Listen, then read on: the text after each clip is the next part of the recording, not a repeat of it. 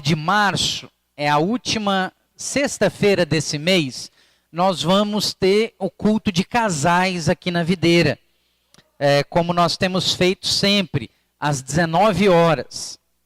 E eu gostaria de te convidar para você estar aqui, você que é casado, ou que deseja se casar, ou está orando pela restauração do seu casamento, venha estar conosco aqui, que você vai receber uma palavra específica para isso.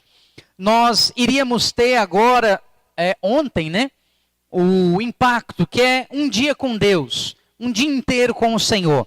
Mas infelizmente não tivemos as inscrições necessárias para poder fazer e acabamos cancelando essa data. Mas eu queria desde já te passar a próxima data, para que você mobilize, se organize desde agora, para que nós tenhamos um grande impacto, um grande dia de salvação, para que isso que eu e você vivemos e temos experimentado possa alcançar outras pessoas. A data é 18 de maio, ok?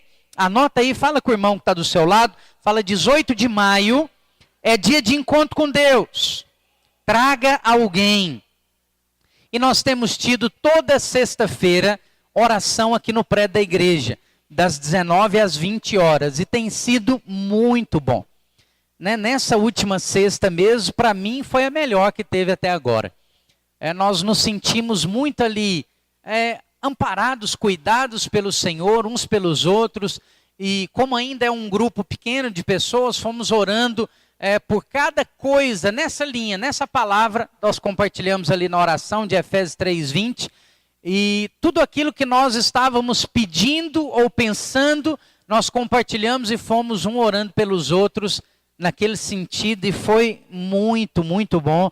Então eu quero te incentivar a estar aqui e estar participando disso. Quem poderia, eu não sei se colocaram ali para gravar, eu queria que já colocasse para gravar lá na mesa. Cadê o Theo? Está aqui? Não. Alguém coloca lá para mim, por favor? Acho que o programa está gravando já? Ah, maravilha. Obrigado, Felipe. Eu quero responder pelo menos uma pergunta aqui, graças a Deus várias têm chegado e na verdade têm acabado se acumulando.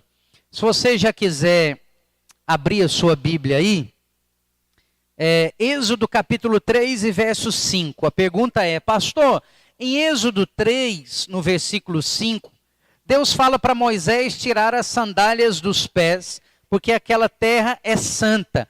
Como assim santa? Não entendi isso.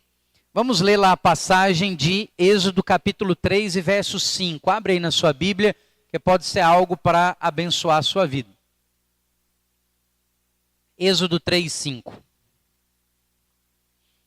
Deus continuou, não te chegues para cá. Tira as sandálias dos pés, porque o lugar em que estás é terra santa. Amém? Por que era terra santa? As pessoas chamam às vezes terra santa lá Jerusalém, por que essa terra aqui, aonde essa é quando Deus aparece ali na sarça ardente, por que aquela terra é terra santa? Porque Deus estava ali. Deus estava presente literalmente naquele lugar. Então, santo ou santificado é separado. Então Deus separou aquela sarça e separou aquela porção de terra para estar, para se manifestar para Moisés. E por que Deus fala com Moisés? Não vem, tira a sandália, depois que você tirar a sandália, você pode chegar mais perto, porque aqui aonde eu estou, essa terra é uma terra santa. Bom, Deus é sem pecado, Deus é alvo como a neve, mas o homem não é. Então, as sandálias, ou os pés, principalmente as sandálias, não os pés, representam aquela sujeira que existe no mundo. Por que Jesus lavou os pés dos discípulos? Porque você é crente, mas ocasionalmente, como o seu pé tem contato com o mundo, ele vai se sujar, amém? E naquela época, o que se usava não eram sapatos assim fechados. Porque você fala, não pastor, meu pé não suja, eu chego lá em casa à noite, eu tiro o sapato, tiro a meia e não suja. É lógico, o seu sapato é fechado, você ainda tem uma meia fechada, não vai sujar. Anda de chinelo o dia todo. e anda em estrada de terra, de chinelo, o dia todo, não vai sujar não, vai fazer uns bolinhos de barro no meio de seus dedos. Nojento, né? Mas faz. Porque o seu suor vai ali, mistura com aquela terra, com aquela poeira que juntou ali, e aquilo vai virar um negócio que não tem nada a ver com Deus. Vai ter uma sujeira ali. Então o que o Senhor fala? Tira. Porque você tem sujeira, eu não. Então tira isso e chega para cá. Por que Jesus mandou lavar os pés? E aí Pedro fala, não, de jeito nenhum, eu é que vou lavar o do Senhor. Aí Jesus fala, se eu não lavar o seu, você não tem parte comigo. Aí Pedro fala, então me dá um banho inteiro. E aí o Senhor fala, não, você já tomou banho. Se você é crente, você já tomou banho. Seu banho é representado ali pelo batismo, você já tomou banho. Você não precisa lavar o corpo inteiro. Você não se lambuza no pecado ou na sujeira que há no mundo. Mas ainda que você tenha tomado banho, se você ficar andando muito aí de chinelo, vai sujar um pouquinho. Aí na hora de você deitar, você precisa tomar banho de novo, sim ou não? Não, você lava o pé. Os irmãos estão entendendo? Amém? Então qual era a razão do Senhor falar isso? É porque as sandálias ali representam o caminhar do homem, que não, naturalmente, não é digno de se aproximar de Deus. Não era, lembra?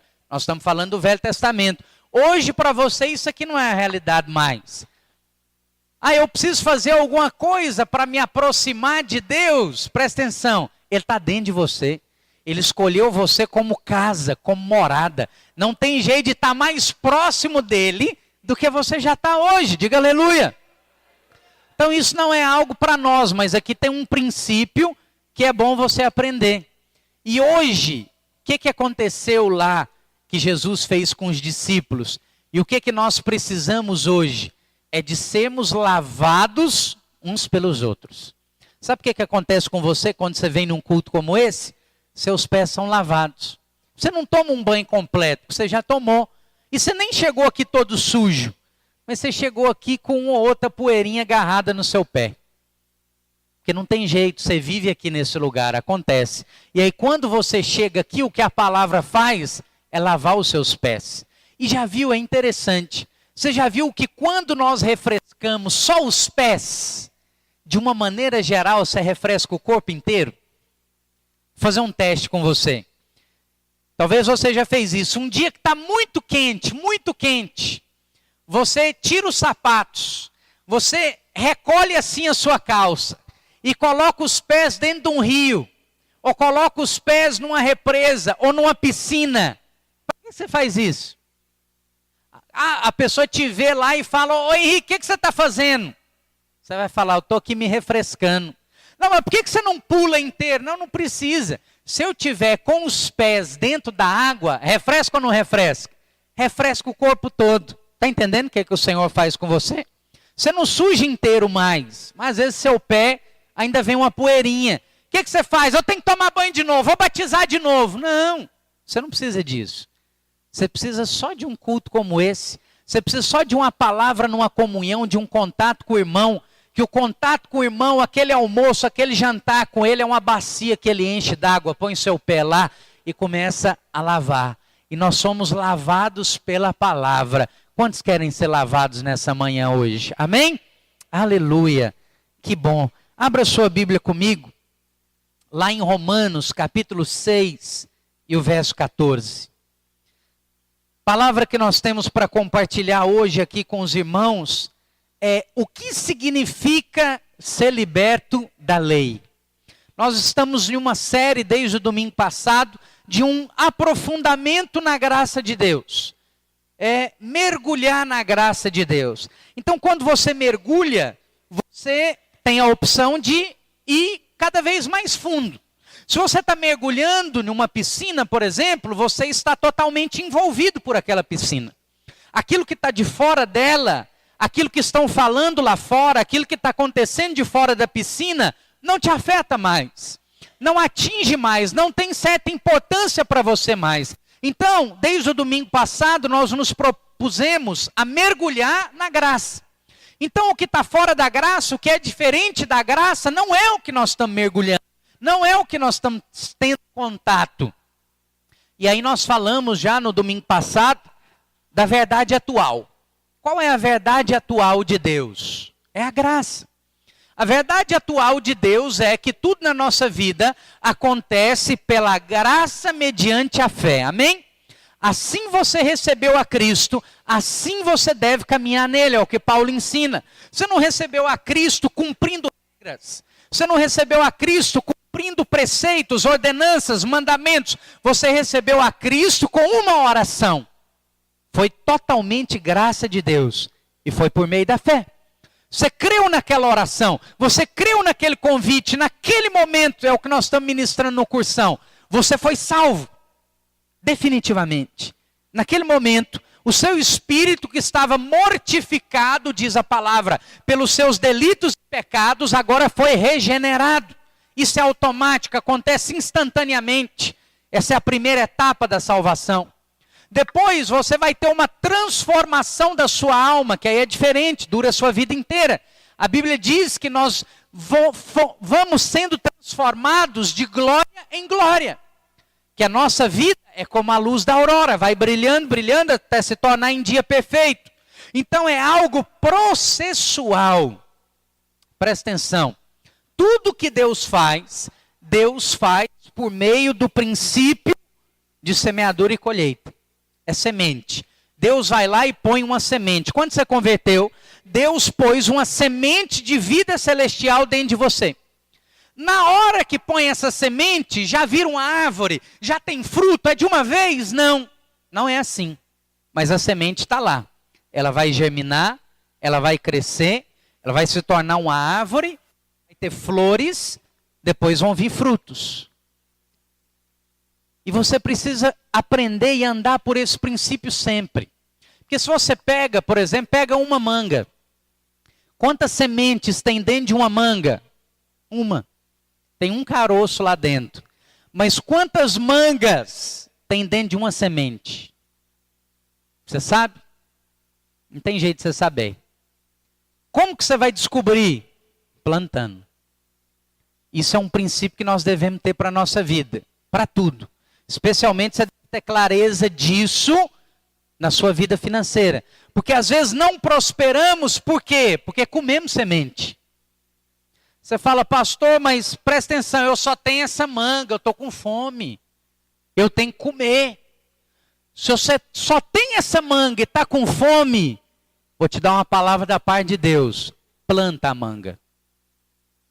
Não come ela. Planta ela. Pastor, mas eu vou continuar com fome. Fome, comida é necessidade. Ele já te prometeu. Ele vai atender e suprir todas as suas necessidades. Mas a sua necessidade é uma oportunidade. Você só tem uma manga, ela não é só comida, ela é sua semente. Semeia. Porque daqui a algum tempo você vai ter uma mangueira inteira, com várias mangas. Mas se você comer essa manga, você vai resolver seu problema de imediato, vai comer, e o amanhã? E depois? E como que vai ser depois? Você vai ficar o tempo todo dependendo de alguém chegar até você e te dar uma manga? Pastor, mas se eu comer ela, eu não vou ter a comida, eu não vou ter o alimento. Lembra que durante 40 anos, que significa um período completo, uma geração inteira, uma vida inteira, o povo de Deus foi sustentado numa terra estranha, onde não tinha que nem como plantar. Como que eles comiam? A comida, literalmente, caía do céu. Não é a manga que está na sua mão que é a sua comida. É do céu que vem a sua comida. Pergunta por que você só tem essa manga na sua mão. Será que é porque é comida? Se for comida não faz sentido, ele vai te deixar na mão. Mas se for semente, aí isso vai se multiplicar. E isso vai se tornar em muito mais provisão para você. Não sei nem por que eu estou falando isso, tem nada a ver com o que eu tinha que falar aqui. Mas eu acredito que alguém aqui precisa estar ouvindo isso. É interessante, tem umas coisas estranhas que Deus nos dá e fala conosco. e só pode ser para alguém, porque é muito específico. Desde o início do louvor, Deus me deu um número, e é um número financeiro. Isso deve ser para alguém aqui, você não precisa falar nada. Eu não sei se é algo para você receber, eu não sei se é algo para você fazer, mas são 32.234,12 centavos. Esse número está comigo desde o início do louvor. Pastor, o que é isso? Não tenho a menor ideia. Mas se for para mim, eu recebo. Se é algo que vai vir para minha mão, eu recebo de bom grado. Mas tem a ver com alguém que está aqui. Não sei se você tem algo para receber, pode ser uma causa na justiça que vai sair desse valor. Eu não sei se é algo que você está orando para ter, eu não sei se é um desafio de fé que Deus está falando para você semear. Não sei, não estou te pedindo nada, só estou te entregando o que Deus colocou no meu espírito. 32.234,12. Esse é um número, talvez é um negócio que você vai fechar, talvez é o valor que vão te pagar no seu carro, ou num contrato, você não tem a menor ideia. Mas se é para você, guarda isso, quando isso surgir na sua vida, você vai se lembrar. Então, às vezes, quando nós falamos de não viver uma vida pela lei, e viver uma vida na graça de Deus, surge a pergunta, tá bom, pera lá, mas então os 10 mandamentos não servem de nada mais para mim hoje? Eles têm que ser ignorados? É claro que não, absolutamente não. Mas quando eu e você olhamos para a vida de Jesus, você não vê Jesus pregando, ensinando, vivendo, falando, mostrando uma vida por meio de sim e não, por meio de regras e preceitos. Você não vê isso.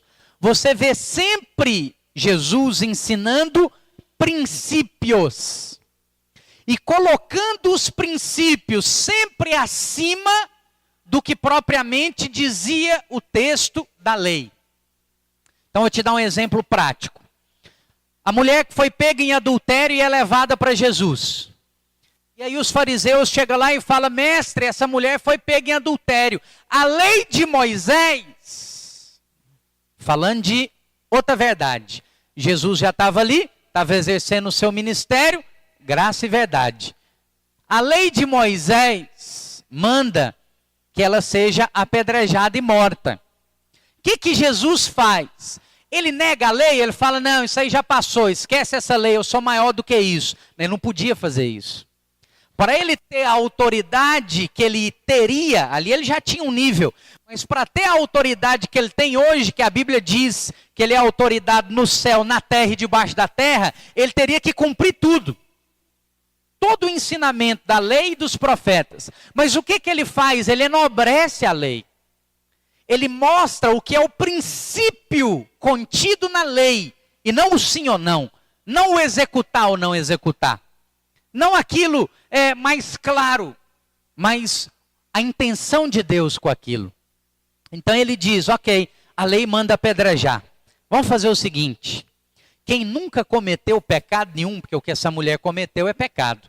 Quem nunca cometeu pecado nenhum, joga a primeira pedra.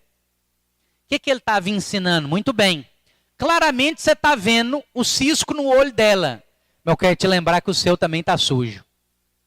E a maneira com a qual você vai lidar com o pecado dela é a maneira com que vão lidar com o seu. Porque com a medida com que tiveres medido, vos medirão também, e ainda acrescentará. Então você quer ser duro com as pessoas? Seja. Você é livre para isso. Trate com dureza. Mas é assim que você vai ser tratado também. Mas com um pouquinho a mais. Quando as pessoas ouviram aquilo, eu falei: eu não posso. Tá certo, ela arrumou uma confusão aí de morte. Mas eu também já arrumei as minhas. Talvez não foi dessa, ou até foi dessa, mas não me pegaram. Só que aqui dentro eu sei que eu estou nessa mesma falha dessa mulher. Ela pode até morrer, mas não vai ser com a minha pedrada não. Eu não tenho coragem não, porque senão eu tinha que tacar em mim também. Aí o que acontece? Todo mundo vai embora. Quem estava ali naquele grupo que podia mandar pedra na testa dela? Jesus. Ela fala, Jesus pergunta para ela: ué, cadê as pessoas que te condenavam aqui? E ela fala, Senhor, não tem mais ninguém, foi todo mundo embora. Aí o que Jesus fala para ela? Essa mensagem da graça, ela produz crentes promíscuos. Não está nem aí com o pecado. Como não está? O que é a graça? Porque a graça é uma pessoa, não é doutrina. O que a graça falou para ela? A graça falou para ela, nem eu te condeno. Larga para lá seu pecado. Faz de conta que não aconteceu? Não. Eu sei que aconteceu, mas eu não te condeno. Eu não lembro dele mais. Mas não faz de novo, não. Ela vai embora debaixo de uma recomendação do Senhor. Você escapou dessa, filha. Mas não cai nesse erro de novo, não. Conserta a sua vida. Como que a graça não tem compromisso com santidade? Se a graça é a própria santidade, não faz sentido nenhum. Então, o que nós devemos nos atentar, você não tem que ignorar os 10 mandamentos. Como ignorar os 10 mandamentos? Se a base moral de todo o país são os 10 mandamentos. É a base da Constituição, da maior parte dos países. É o quê? É a lei judaico-cristã. É a base moral da maioria dos países.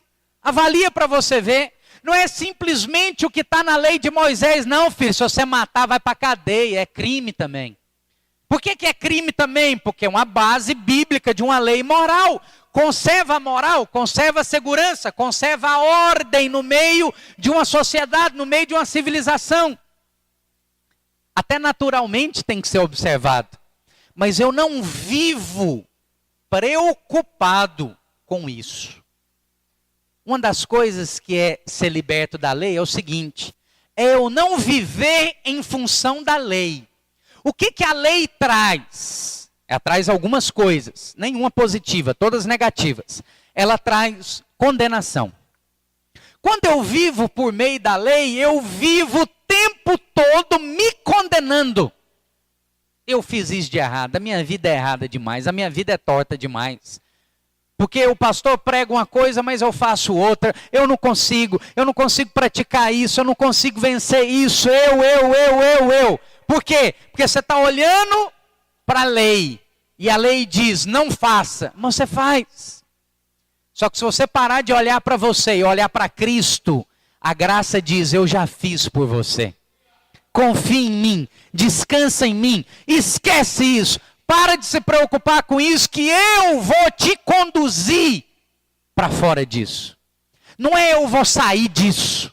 Eu preciso largar isso, pastor. Não, você não larga nada. Você não sai de nada e você não vence nada. Cristo larga por você. Cristo venceu por você. Cristo te tira de lá. Mas o princípio tem que ser outro. Vamos ler o texto aqui que eu pedi para você abrir. Romanos 6,14, olha só.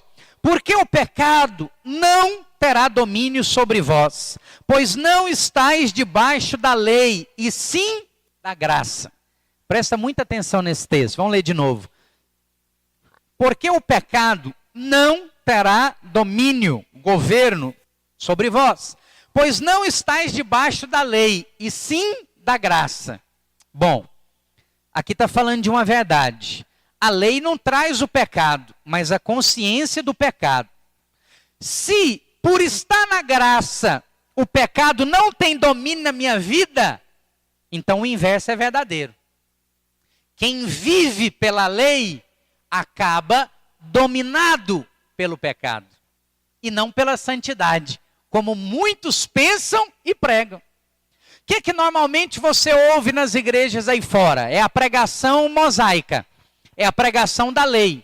Porque essa pregação, creem as pessoas, de boa intenção, vai produzir seriedade, vai produzir santidade. Mas espera lá, o apóstolo diz que a lei produz consciência de pecado.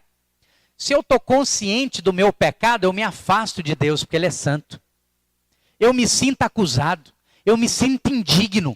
Eu não tomo ceia porque eu estou consciente do meu pecado. Mas o que a nova aliança diz? Que dos meus pecados Ele não se lembra mais. Ora, se Ele não se lembra, por que eu tenho que lembrar? Por que eu tenho que ficar em função deles? Não faz sentido. Parece que a pregação ou que a vida pela lei é mais séria, é mais santa, mas não é. É uma cadeia para viver tropeçando. Porque você fica sempre com aquele alvo, não posso fazer isso, não posso fazer isso, não posso fazer isso. Me perdoa, eu fiz. É isso que acontece sempre. Já viu? Você pega criança, adolescente. Uma criança talvez nunca teve curiosidade com a tomada. Aí você fala, eu quero te ensinar uma coisa hoje. Se você colocar o dedo, não põe o dedo na tomada. Não põe. Aí pode ser uma pregação da lei mais elaborada. Se o sujeito tiver um pouco mais de paciência e um pouco mais de vida de Deus para te passar, ele pode aprofundar. Não põe o dedo na tomada, porque se você pôr, vai tomar choque. Vai ser ruim, vai ser desagradável. Dependendo do nível do choque, você pode até correr risco de morrer. Mas o que a maioria prega? Não põe o dedo na tomada. Por quê? Porque eu estou mandando, menino. Eu sou seu pai, não discute comigo, não. É assim que muito pastor faz. Não pode. Por que não pode? Porque é pecado. Aonde está isso escrito? Me interessa, eu estou te falando. Eu tenho que te mostrar escrito? Já não basta a minha palavra, não? Você não acredita no seu pastor? Você é rebelde? Muitas vezes é isso que nós ouvimos. Você ri aí, pode parecer um absurdo, mas tenho certeza que você mesmo já ouviu. Deve ser por isso que você está rindo. Aí o que aquele menino faz com a tomada? Agora eu ponho o dedo nesse trem. Eu nunca tinha nem visto esses buraquinhos, mas tanto que ele falou que não pode, deve ter um trem aí muito bom para eu experimentar. Ah, eu vou pôr o dedo nessa tomada. Você está lembrando, menino, que não pode pôr o dedo na tomada? Nunca colocarei. Isso nunca passou pela minha cabeça. É claro, se o Senhor falou, eu até estou mudando o meu caminho, eu não passo mais lá. Assim é a lei. Aí quando o pai sai de casa, o que o menino faz? Agora ele não está aqui mesmo, agora eu vou lá e pum! E põe o dedo na tomada. Aí ele toma o choque. Aí ele fica todo assustado, ele fica com medo. Aí ele procura o pai, para o pai ajudar? Não. Sabe por que ele não procura o pai? Porque o sujeito que vive na lei, a visão do pai que ele tem é, eu pus o dedo na tomada, eu estou desesperado, mas se eu contar para ele, além do choque, eu apanho. Não vou contar, não. Agora, quem vive na graça, pastor, não toma o choque. Não, pode tomar também. Pode tomar, pode acontecer de tomar, o choque é o pecado, tá? Então pode acontecer dele estar mexendo alguma coisa ali, ou um momento de bobeira dele, ele falou, vou pôr o dedo aqui. Sei que não pode, mas eu nunca pus, eu vou pôr para experimentar. Põe, toma o choque. Mas quando ele toma o choque e fica desesperado, a primeira pessoa que ele quer ver, falar, abraçar e correr, é o pai. Mesmo que o pai tenha falado para não pôr. Porque a certeza que ele tem é, ele vai me acolher, ele vai me ajudar, agora eu preciso do meu pai. Está entendendo a diferença? O mesmo que acontece conosco naturalmente, acontece espiritualmente. Qual é a visão de pai que você tem? É só Deus. É o reto juiz. É aquele que é severo. Então quando você erra, você quer a distância dele. Mas se a sua visão de Deus é pai, é o que me ama, é o que me entende, quando você erra, você corre para ele. Você fala, eu preciso dele. Ele me entende. Eu não preciso explicar muita coisa. É só eu correr para o colo dele, abraçar e chorar. Ele vai ter uma palavra para mim. Mas essa vida, para ter essa atitude, você precisa de ter no seu coração paz. Para ter paz, só tem paz. Anota o que eu vou te falar. Só tem paz quem vive na graça. Qual que é a saudação do Novo Testamento? Graça e paz da parte de Jesus, nosso Senhor. Paulo cumprimenta todas as igrejas dessa maneira. Graça e paz. Por quê? Porque só tem paz quem vive na graça. Quem vive pela lei não tem paz. Não tem paz consigo mesmo, não tem paz com Deus. Por quê? Porque o tempo todo ele está em débito. O tempo todo eu estou devendo. Eu não orei o suficiente, eu não jejuei o suficiente, eu não sou crente o suficiente. E isso está acontecendo, eu já sei, é porque eu xinguei aquele cara ontem lá no trânsito, é por isso. Por isso que eu bati o carro hoje. A visão dele é sempre algo negativo.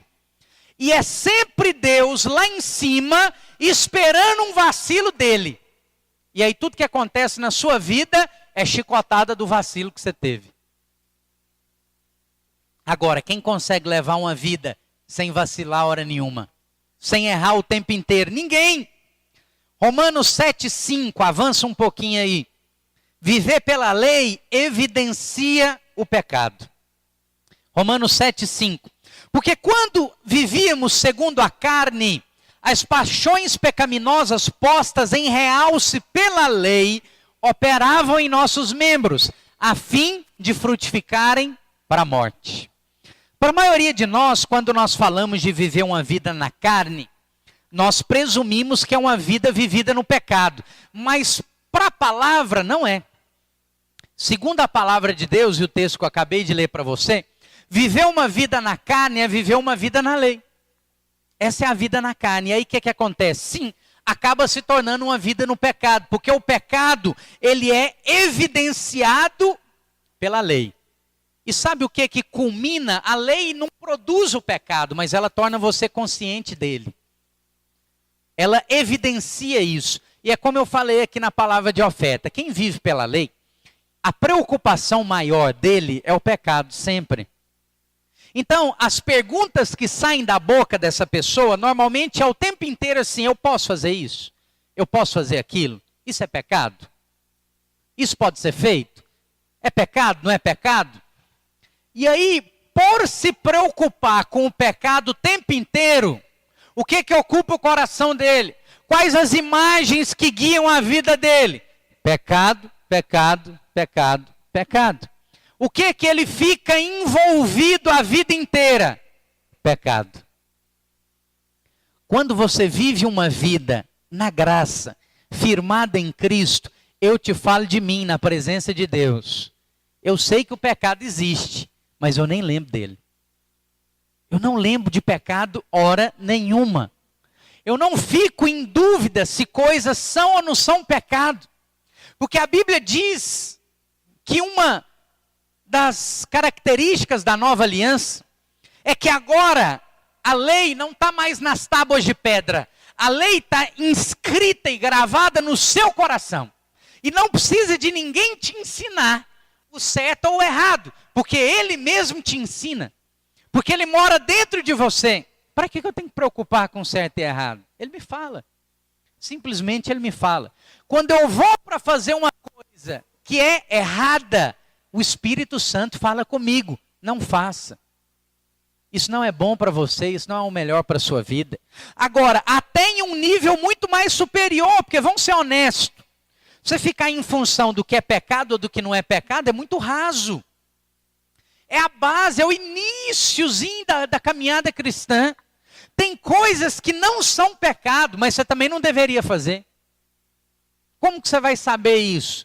É o Espírito Santo que nos ensina todas as coisas. Agora, se eu fico sempre em função do não pode isso, não pode aquilo, não deve isso, não deve aquilo, a minha preocupação é sempre em função disso. Você fica se policiando o tempo inteiro. Você não olha para Cristo hora nenhuma, você só olha para você, para ver se está certo ou errado a sua vida. E sempre está errado. Nunca está certo. Não sei se você já viu isso, mas sempre teve errado a minha. Quando é que eu tive paz? Quando eu entendi que Ele entrou dentro de mim. Eu fui feito justiça dele. Eu agora sou justo. Eu sou nesse mundo tal qual ele é. Ele me orienta, ele me ensina. Eu não me preocupei mais com a maneira de andar. Eu parei de olhar para mim. Eu comecei a olhar só para ele. E aí quando eu olho para ele, ele diz, né, eu não entraria nesse lugar. Eu não falaria essa palavra, eu não agiria dessa maneira. Então também não vou agir. Então também não vou falar, então também não vou entrar. É simples. Sabe o que você tem? A sensação que você tem é de alívio, é de paz. Você não tem que ficar se preocupando o tempo todo com você mesmo. E mesmo em um outro estágio, com as situações da sua vida. Se você aprofundar mais na graça, nem com o que acontece com você se preocupa mais. Por quê? Porque você tem uma clareza. Também aqui de Romanos, o 8:28. todas as coisas cooperam para o meu bem.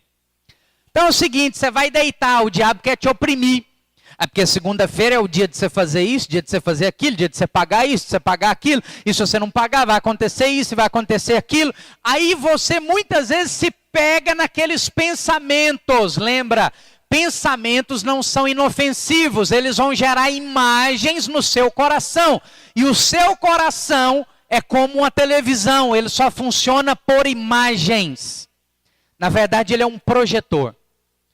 A imagem que entrar dentro do seu coração vai ser projetada na sua vida, é aquilo que você vai assistir. Se você deixa o pensamento do diabo na sua mente, vai virar uma imagem no seu coração. E aquilo vai ser projetado na sua vida, é isso que você vai viver, é isso que você vai assistir. Então começa esses pensamentos de condenação. Você tem que pagar aquilo, se você não pagar vai acontecer isso, vai acontecer aquilo, e vai sujar seu nome, e se for aluguel você vai ser despejado, e como é que você vai alugar outro lugar, porque seu nome está sujo, porque agora você não tem ficha para alugar outro lugar, você vai com sua família para a rua, o que você vai fazer? Isso assim, é fração de segundos, mas muitos perdem o sono, e vai a noite inteira pensando nisso. Pensamento de demanda, sugando você. O que você faz? Já não sou eu quem vive, mas Cristo vive em mim. Eu tenho que fazer isso prática na minha vida. Todas as coisas cooperam para o meu bem. Senhor, é o Senhor que conduz a minha vida. Se está atrasado, tem alguma razão, tem alguma coisa, mas de alguma maneira que eu ainda não consigo ver, isso vai cooperar para o meu bem. E eu não estou preocupado com o atraso, eu não estou preocupado com a dificuldade, eu não estou preocupado com isso que o diabo quer me preocupar. Por quê? Porque a minha vida é conduzida por Deus. Ele não falha, Ele não me larga, Ele não me desaponta, Ele nunca deixou ninguém na mão. Eu não vou ser o primeiro. Eu não tenho que preocupar com a solução disso. Eu tenho que declarar: Ele é a minha solução para todas as coisas. No momento certo isso vai ser resolvido. Quem que tem que preocupar com isso? Ora, não sou eu. E Deus não preocupa com nada, então é só o diabo que tem que preocupar com esse negócio para ficar trazendo pensamento de morte para mim. O que eu vou fazer? Eu vou descansar em Deus. O Senhor é o meu socorro. E a Bíblia diz que Ele é o meu socorro bem presente. Nessa hora, que é a hora da tribulação. Ainda que eu ande pelo vale da sombra da morte, eu não temerei mal algum. Porque eu estou nessa situação, mas Ele está comigo. E a palavra diz que Ele me tira de lá. Ainda que eu mesmo tenha me colocado na situação. Ele me tira. Porque Ele não só é Deus justo, Ele é Pai de amor. Ele é bom o tempo todo. E Ele me tira de lá. Sabe o que acontece com você? Sua vida fica mais leve. Esses dias eu peguei a notícia lá da BR-135 aqui agora, que foi feita a concessão, e dia 1º agora vai começar os pedágios. E aí daqui até encontrar lá na 040 vão ser 5 ou 6? Não sei se 5 ou 6 pedágios. De 5, de 7 e pouco cada um. Quando eu olhei aquilo eu falei, que absurdo. Que negócio caro. E aí o Espírito Santo falou comigo: pobre, pensamento de escassez que você tem. Você olha para o seu o tempo inteiro. Você esquece de mim. Se está aumentando a despesa que você vai ter, vai aumentar a entrada que eu te dou. Por que você não olha o oposto? Eu falei, só pode ser Deus querendo nos prosperar. Aí eu coloquei lá no grupo o preço. Aí pá, já deram um grito lá. Eu falei, eu também achei, mas aí eu pus a palavra. Falei, só pode ser Deus querendo nos fazer prosperar. Aí uma irmã falou assim, depois que eu aprendi isso, minha vida ficou tão mais leve. Eu falei, a minha também. Acabou de aliviar, que quando eu vi os 7,10, 7,20, eu oprimi. Falei, nossa, que assalto. Aí o Senhor trouxe essa palavra, me trouxe à memória aquilo que me dá esperança. Eu falei, opa, esse pedágio vai me enriquecer em nome de Jesus. vai contribuir para eu ser alguém ainda mais próspero. Por quê? Porque, ora, se a sua necessidade está aumentando, Deus só enche vasilha vazia, filho. Glória a Deus, porque a sua vasilha vai encher. E vai encher para transbordar, para dar para você e dar para os outros. Mas você precisa ter essa visão de fé. Por que eu tive a visão negativa inicial? Porque infelizmente ainda tem muita religião no coração do vosso pastor. E no seu também, mas eu vou falar só de mim. Tem muita ainda. Eu ainda estou sendo liberto. Não é simples você viver uma vida inteira baseada na lei, com princípios da lei, e agora ser liberta assim do dia para a noite. Olha só, Romanos 7,6. Ser liberto da lei é morrer para o pecado. Agora, porém, libertados da lei, é o que vai acontecer com você nessa manhã, amém? Estamos mortos para aquilo a que estávamos sujeitos, de modo que servimos em novidade de espírito e não na caducidade da letra. O que é caducidade? É alguma coisa que caducou. O que caducou? É o que passou. A Bíblia é tão clara em relação à lei, que quando você começa a meditar, a orar e a buscar, você fala, como? Como que alguém ainda prega esse negócio? Como que alguém ainda vive dessa maneira? A Bíblia está dizendo claramente que a lei passou, caducou. O que é alguém caduco? É alguém que não vive no seu tempo. É alguém que mistura o que é realidade com o que é passado. Então, se você conhece, às vezes, alguém de muita idade, às vezes se adoece. E fica ali, como as pessoas dizem, caducando. O fulano de tal está caducando. O que o fulano de tal que está caducando diz? Ele não fala coisa com coisa. Ele chama o filho de neto, o neto de pai. Ele troca as coisas tudo. A Bíblia está dizendo que a lei é isso.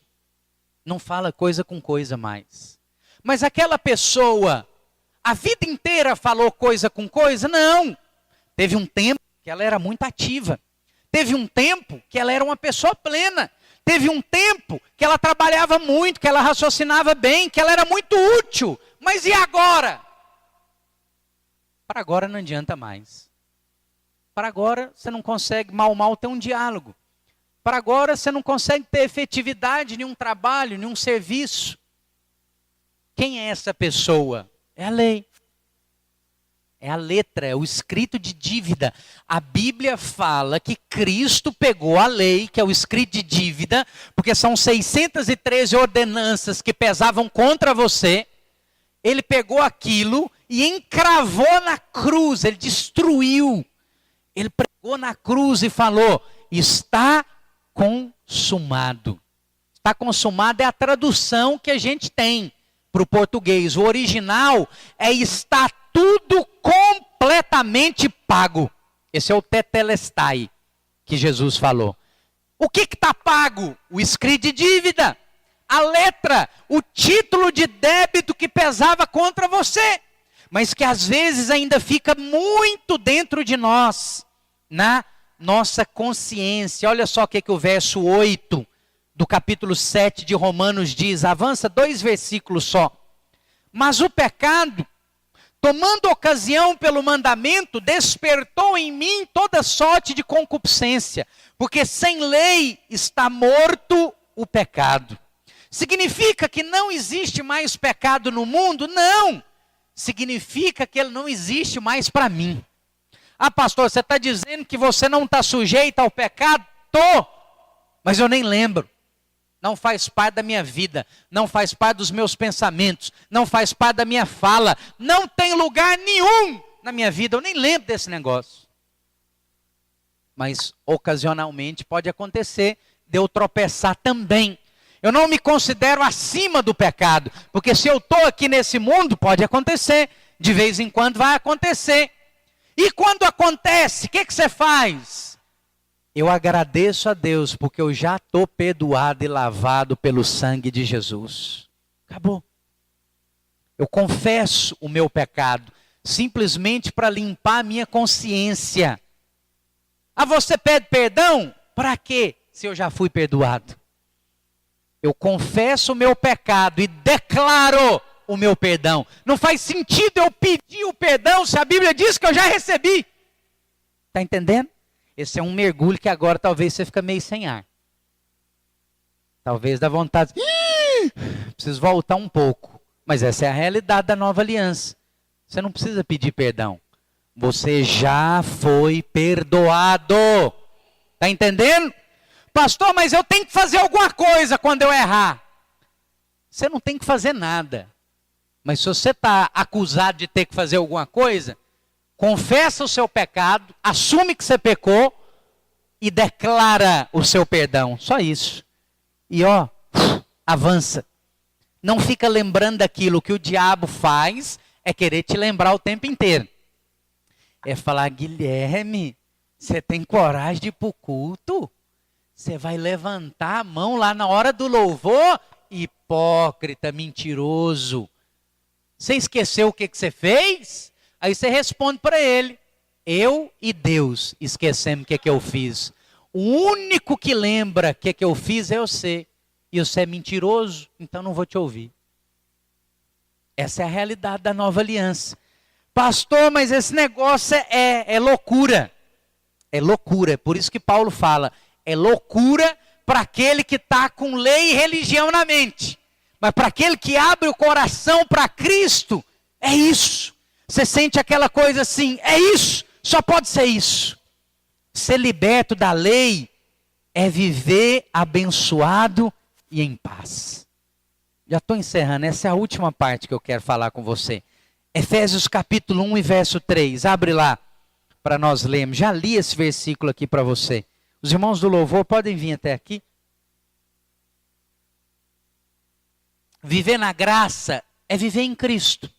É simples, presta atenção. Tudo aquilo que Cristo tem, você tem. Tudo aquilo que Cristo está sujeito, você está sujeito. Não acontece com Cristo, também não tem que acontecer com você. Ah, pastor, mas aconteceu, não aceita. O que, por exemplo, doença? Ah, mas acontece com as pessoas. Pode chegar até você, mas não permanece. Por quê? Porque Cristo não tem doença, então você também não tem que ter. Mas se você se conforma com aquilo, ela fica e ela permanece.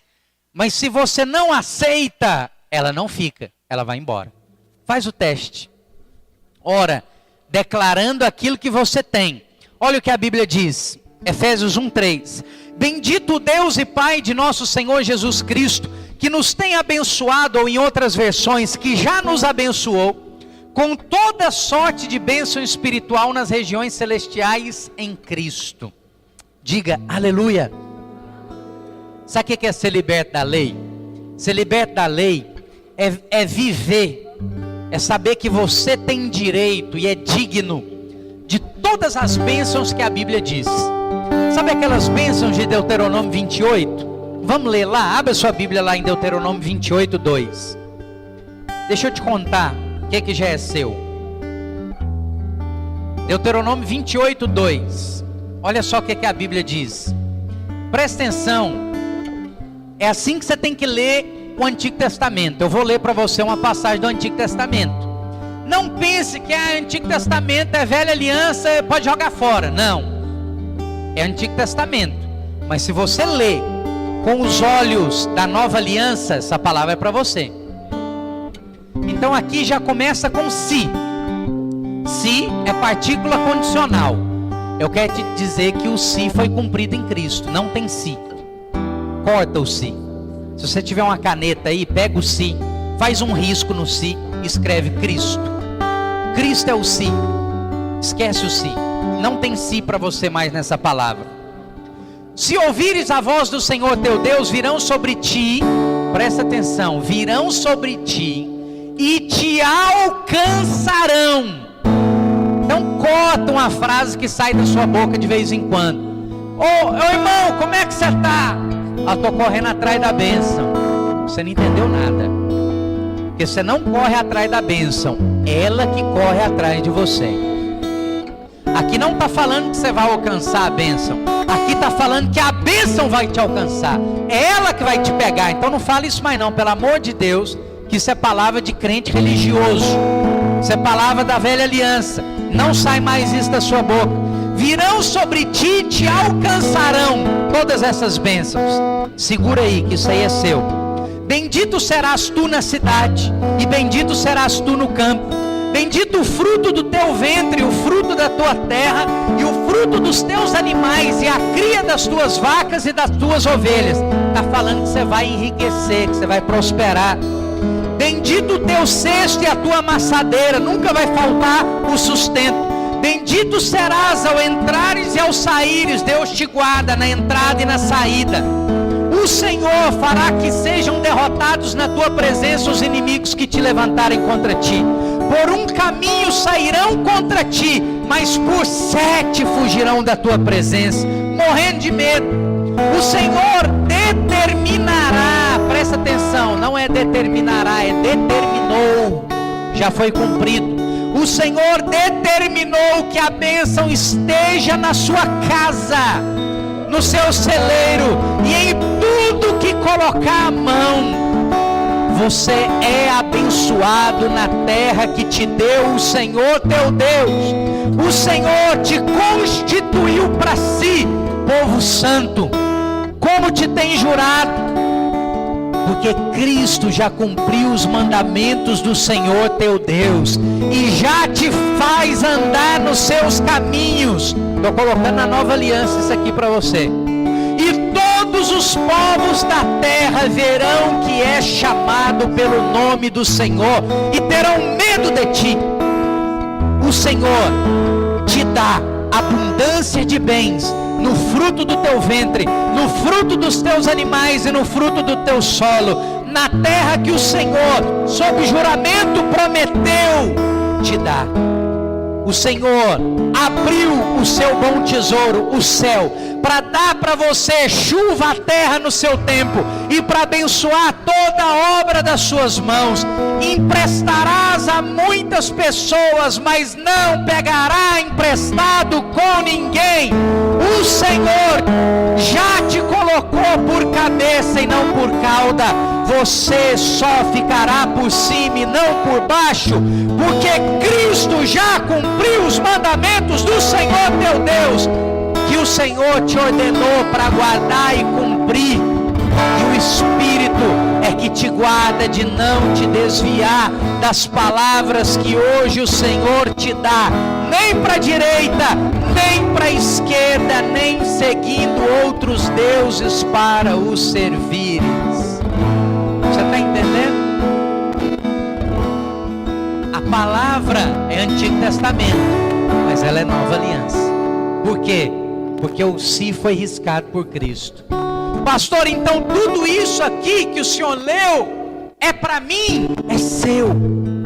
Mas eu não estou vendo isso, eu não estou desfrutando disso. Primeira coisa, primeira pergunta, você já pediu? Pede. Pastor, é lógico, eu já pedi, eu peço isso a vida inteira, então você já achou um erro. Para de pedir. Se você já pediu, para de pedir. Agora começa a imaginar. Porque quando você começar a pensar e imaginar, você vai carregar o seu coração de imagens. Lembra, seu coração é um projetor. Quando você carrega ele de imagens, o que o projetor faz? Ele projeta as imagens. E lembra do princípio da semente? Uma manga tem uma semente, mas uma semente tem quantas mangas? Não sei. Tem várias, tem milhares de mangas dentro de uma semente. O projetor é a mesma coisa. Você coloca uma imagem dentro dele. A imagem talvez cabe dentro desse telefone. Mas quando você coloca dentro do projetor, o que o projetor faz com ela? Ela que cabia dentro desse telefone, agora precisa daquela parede inteira para ser projetada. O que acontece? A mesma coisa que a semente. Ela cresce, multiplica. Pastor, o que é isso? Isso é infinitamente mais. Você pensava em ter a imagem como você via no celular. quando ela vai para o seu coração e projeta, é infinitamente mais. Sai de uma tela de 4 polegadas para uma de mais de 100. Fica claro e nítido para todo mundo. Pastor, por que Deus faz isso? Primeiro, bondade com você. Ele te ama. E Ele é bom, Ele está expressando o amor dele por você. Outra coisa, aqui nessa telinha pouca gente vê. Mas quando eu projeto a minha bondade na vida da Jaqueline em 120 polegadas, todo mundo no trabalho dela vê. Fala, uau, o que é isso? Eu quero isso também. E tem uma palavra no coração dela, fala, isso é Deus, não tem nada a ver comigo. Se você quiser com o coração, isso pode ser realidade na sua vida. Ela vai lá e ora. E sabe o que acontece? O reino de Deus se expande. O Senhor quer trocar imagens que está dentro de mim e de você nessa manhã. Tem algumas imagens que precisam ser mudadas. Tem muita imagem de escassez. Tem muita imagem de dificuldade, de derrota. Não é isso que o Senhor tem para nós. Não é isso que a graça ministra para nós. A graça é o próprio Cristo. A graça é o que nós devemos viver hoje. Em João 17 diz que a lei foi dada por Moisés. Deus é que deu. Mas Deus fez um pacote com um documento que ele precisava e entregou para Moisés. Falou, vai lá e entrega para o povo. Mas esse mesmo versículo diz que a graça e a verdade vieram com Cristo Jesus. Quando você tem um negócio muito importante para entregar, você não põe na mão dos outros. Se é uma encomenda qualquer, como a lei, você pede um servo para entregar. O servo, a Bíblia diz, é temporário. Mas o filho, a palavra diz, habita na casa para todo sempre. Então o filho é maior do que o servo. Se o filho trazer algo, o que ele veio trazer é mais importante.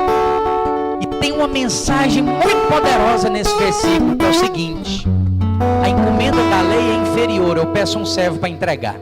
Ele vai lá e entrega.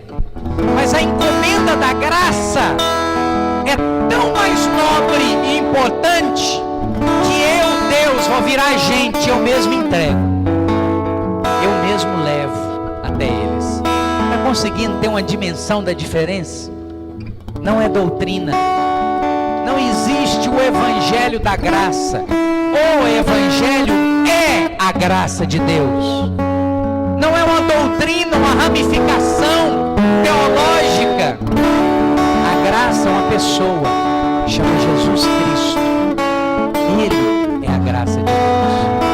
É por meio dele que ele vai ser viver. Quantos querem trocar alguns slides do seu coração nessa manhã? Você quer? Fica de pé no seu lugar. Deixa eu orar com você. Esse é o desejo do meu coração também. Ser liberto da lei, vai viver uma vida de maneira promíscua, deixar permitir que Ele viva por meio de nós. Ora, se o próprio Deus vai viver por meio da minha vida, porque a minha vida vai ser promíscua, porque a minha vida vai ser sem santidade. Se Ele é a santidade, é possível. Essa é a melhor maneira de ser santo.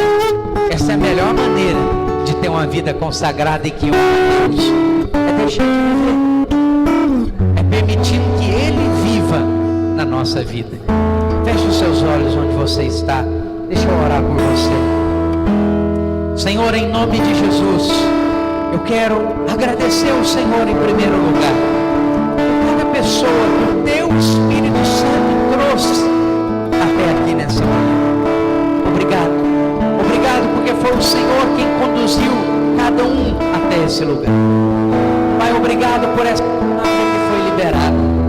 Pai, nessa hora, eu oro ao Senhor para que o Senhor troque alguns slides, algumas imagens que há no nosso coração. As imagens de falhas, as imagens de escassez, as imagens de miséria, de pobreza, as imagens de indignidade. Troca isso, Senhor. Não é isso que a Tua palavra diz. Nós pedimos ao Senhor nessa manhã, troque todas essas imagens, troque todo pensamento de débito, de demanda, troque isso, Senhor, pelo pensamento da abundância, do suprimento da graça de Deus. Ô Espírito Santo de Deus, troca toda imagem que está desfocada, errada, turva, arranhada, quebrada no nosso coração. As imagens que pertencem a nós são as imagens de Deuteronômio 28. São as imagens que o Senhor diz na tua palavra. Nós somos abençoados. Nós somos dignos ao entrar e ao sair. Todo e qualquer empreendimento que nós colocamos a nossa mão prospera, avança, cresce, multiplica. A nossa família cresce, nós temos filhos, filhos abençoados. Eles são como os rebentos da oliveira, eles são frutíferos, eles são obedientes, eles glorificam o teu nome e o nosso nome. Eles são como flechas na mão do arqueiro, eles vão muito mais longe do que nós. Eles vão trazer glória para o nome do Senhor e para o nome da nossa família. Pai, a abundância de recursos financeiros na nossa vida, pessoalmente, também na vida da igreja, porque nós somos canais desobstruídos do Senhor. A plenitude na nossa saúde, não há doença, não há enfermidade que nos prenda numa cama ou num leito do hospital, porque nós temos a tua saúde.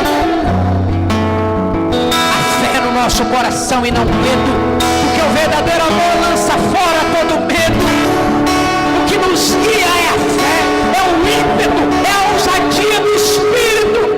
Não temos medo de avançar, ainda que vejamos na terra gigantes. O Senhor diz que essa terra é nossa e nós a iremos conquistar no poder do Senhor e na força do Senhor. Ainda que não consigamos colocar uma armadura, ainda que não consigamos levantar uma espada, só uma funda e uma pedra é suficiente para nós,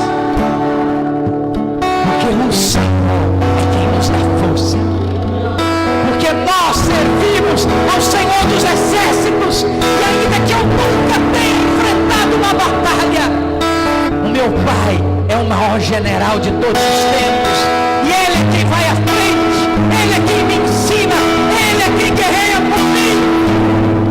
O Espírito Santo de Deus, e eu posso ter a certeza de que eu venço, de que eu venço no nome de Jesus. Oh, aleluia. Eu queria fazer mais uma oração, meus irmãos, que é para a nossa igreja na cidade da Beira, em Moçambique. Meus irmãos me falaram que as irmãs aqui são da videira de Interlagos, é isso? Você é? Chega para cá, você é pastora lá? Oi? Amém. Sobe aqui, chega para cá. Qual que é seu nome? Paulo. Qual que é o nome do seu esposo? John. Aleluia. Eu queria que você fizesse essa oração por nós, então. A maneira de nós te abençoarmos, você nos abençoar e abençoarmos também a videira lá na cidade da Beira. A pastora Paola vai orar por nós. Coloquei umas fotos aí no grupo, coloquei também a imagem da campanha. Doe. Não só ore não, doe dinheiro também. Pastor, eu estou com tão pouco. Lembra do que eu te falei? Não come a manga que você tem não, semeia ela. Isso vai se tornar em milhares de mangas na sua mão. Você não vai passar fome, cai maná do céu para você. Ele ordena que até corvos que vêm para comer resto de animais vai trazer comida para você.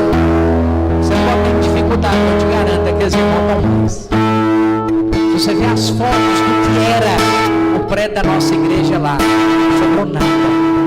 Sobrou uma parede com a logomarca da videira para você saber que era ali. O resto acabou tudo.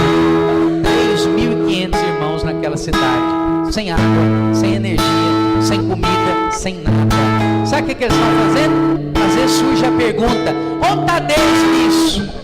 O áudio está lá, escuta o áudio. Você vai ver o que eles estão fazendo em frente aos escombros, louvando ao Senhor. Eles estão cantando e orando. Tem ninguém reclamando. Não tem ninguém indignado com Deus. Por que o Senhor deixou? Sabe o que eles entenderam? Romanos 8, 28. Se esse prédio caiu, deve ser porque Ele vai dar um melhor. Se a minha casa acabou, é porque Ele está planejando uma outra para mim. Se eu perdi tudo, é porque o que eu tinha não era bom. Ele vai me dar muito melhor. E é isso que Ele tem. Amém? Vamos orar por isso. Ora por nós. A paz, irmãos. Já como o pastor falou, né? Muitas vezes você pergunta, nossa, mas eu não tenho dinheiro, não tenho esse recurso, né, para resolver o problema lá. Mas 10, 15, 20, 30, 50, o que você puder, né, vai ser muito para eles, né? Um pouco de cada um se torna muito para quem está necessitado e precisa. E há uma unção especial quando você semeia uma obra fora, né? Quem já acompanhou e sabe, o pastor sabe, o trabalho que é lá, né? Os funcionários que vão para lá, né? E quando você semeia ali, você pode saber o retorno que você vai ter. Então eu queria te convidar você a fazer as mãos mais alto que você puder, e que juntamente comigo você declarasse da bênção do Senhor, do favor do Senhor, da restituição do Senhor, da restauração, e que o Senhor vai fazer muito mais do que esse povo pode imaginar ou pensar. Essa situação não é para a morte, mas que essa situação é para a vida, é para que o nome do Senhor seja glorificado naquele lugar. Amém, irmãos? Então eu queria ouvir a sua oração comigo. Pai, em nome do Senhor Jesus, Deus, Senhor, nós queremos colocar diante de Ti nesta hora, Senhor, a cidade de Beira. Ó Senhor, nós queremos colocar diante do Senhor, Deus, a vida de cada irmão, Senhor, daquele povo, Senhor, tão precioso, Senhor, que está ali. Um povo, Senhor, que Te adora, que Te ama, não pelo que o Senhor pode oferecer, mas um povo que Te ama com coração, Senhor, grato, um povo que Te ama com alegria. Ó Senhor, nós declaramos, Senhor, nós declaramos, Senhor, a restituição sobre aquele lugar. Nós declaramos, Senhor, que tudo que aquele povo precisa, o Senhor já proveu. Ó Deus, eu declaro recursos, eu declaro provisão, eu declaro alimentos chegando sobre aquele lugar. E eu quero declarar, Senhor, uma igreja, Senhor, mais linda. Ó Senhor, uma igreja maior, mais restituída sobre aquele lugar. Eu quero declarar, Senhor, que será tudo restituído em pouco tempo. Eu quero declarar que o Senhor vai superar, Senhor, as expectativas de cada um. E nós mesmos seremos surpreendidos pelo que o Senhor fará sobre aquele lugar. Ó Deus, que o Senhor possa nos fazer nessa hora consolo, paz sobre cada coração ali. Que o Senhor possa direcionar, Senhor, o pastor também, a sua esposa, Deus, para saber o caminho certo, a conduzir aquele rebanho.